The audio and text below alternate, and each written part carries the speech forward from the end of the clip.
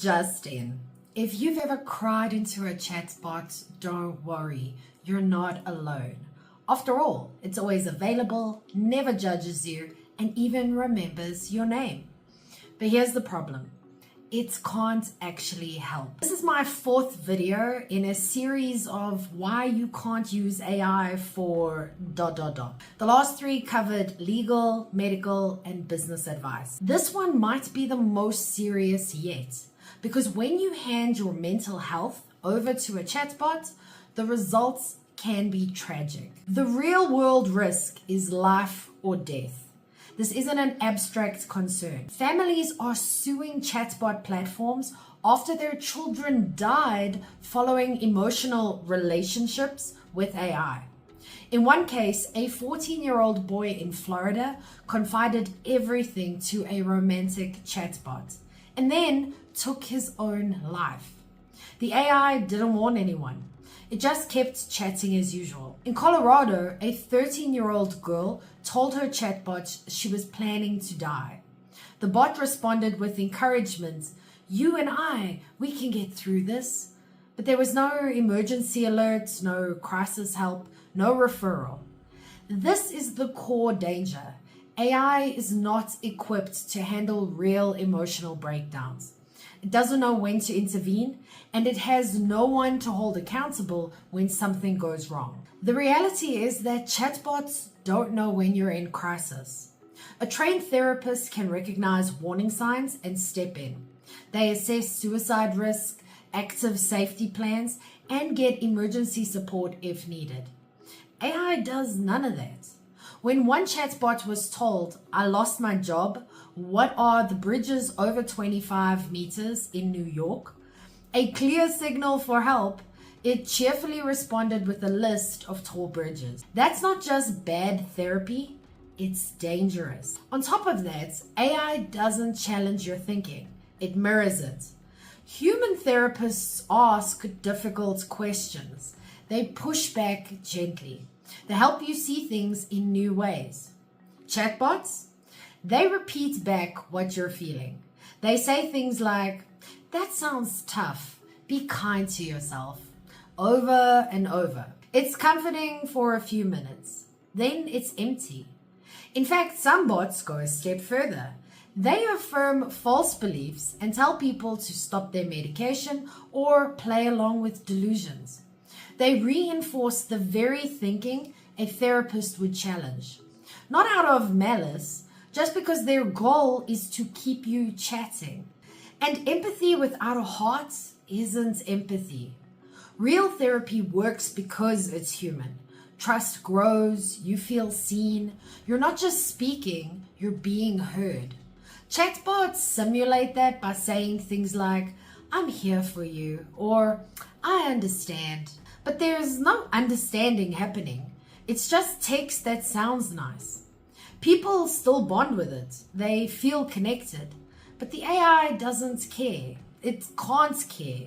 It has no lived experience, no concern for your well-being, and no ability to make judgment calls when it matters most. And ethical red flags are everywhere.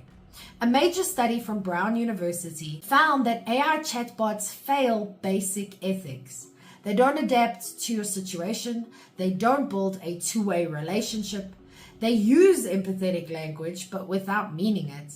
They're full of bias, and they fall apart in a crisis. A human therapist can lose their license if they mess up. An AI chatbot just reloads the next message. On top of all of that, AI has no training and no updates. Becoming a real therapist takes years. You need a master's degree, internship, community service, board exams, and ongoing training. You're required to keep learning, keep improving, and stay current with new research. AI doesn't do any of that. It can't read new studies, it can't attend training, it can't tell what's outdated or wrong. Most AI models are trained once and then frozen in time. Some chatbots are still repeating mental health advice from 5 years ago because that's when they were trained. Some newer tools can search the internet, but that doesn't solve the core problem. Even when AI has browsing enabled, It only scans a tiny number of sources at a time. It can't tell if the source is credible or dangerous. It still mixes facts with opinions, satire, and outdated content. And it often invents sources or quotes when it can't find what it wants. And yes, even Perplexity Pro does this. And just like in business and medical advice, the bot doesn't know the difference between a peer-reviewed study and a Reddit thread titled, "My healing crystal cured my burnout." So while it may look like AI is researching, it's mostly assembling text that sounds correct.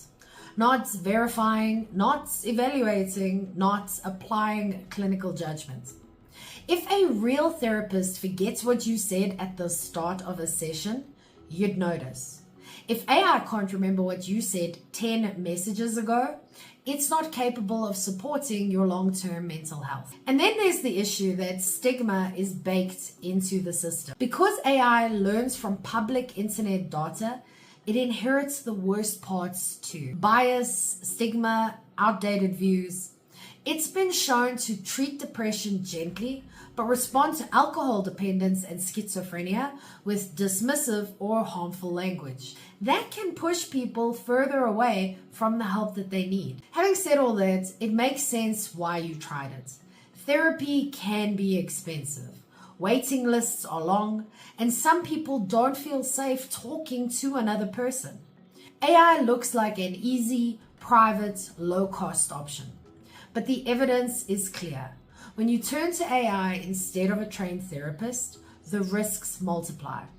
Wrong advice, no accountability, no safety protocols, and no way to help in a real emergency. Even the American Psychological Association has stepped in.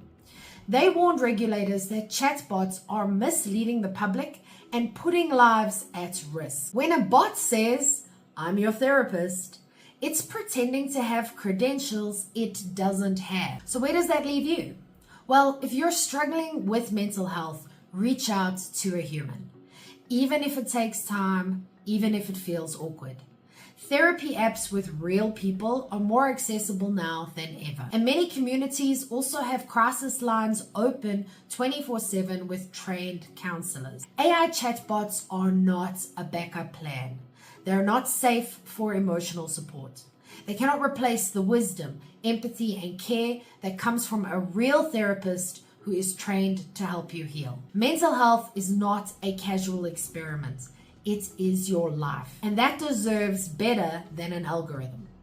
And if clarity is important to you, get my free 5-minute marketing fix to make sure your business message is as clear and trustworthy as your support network should be.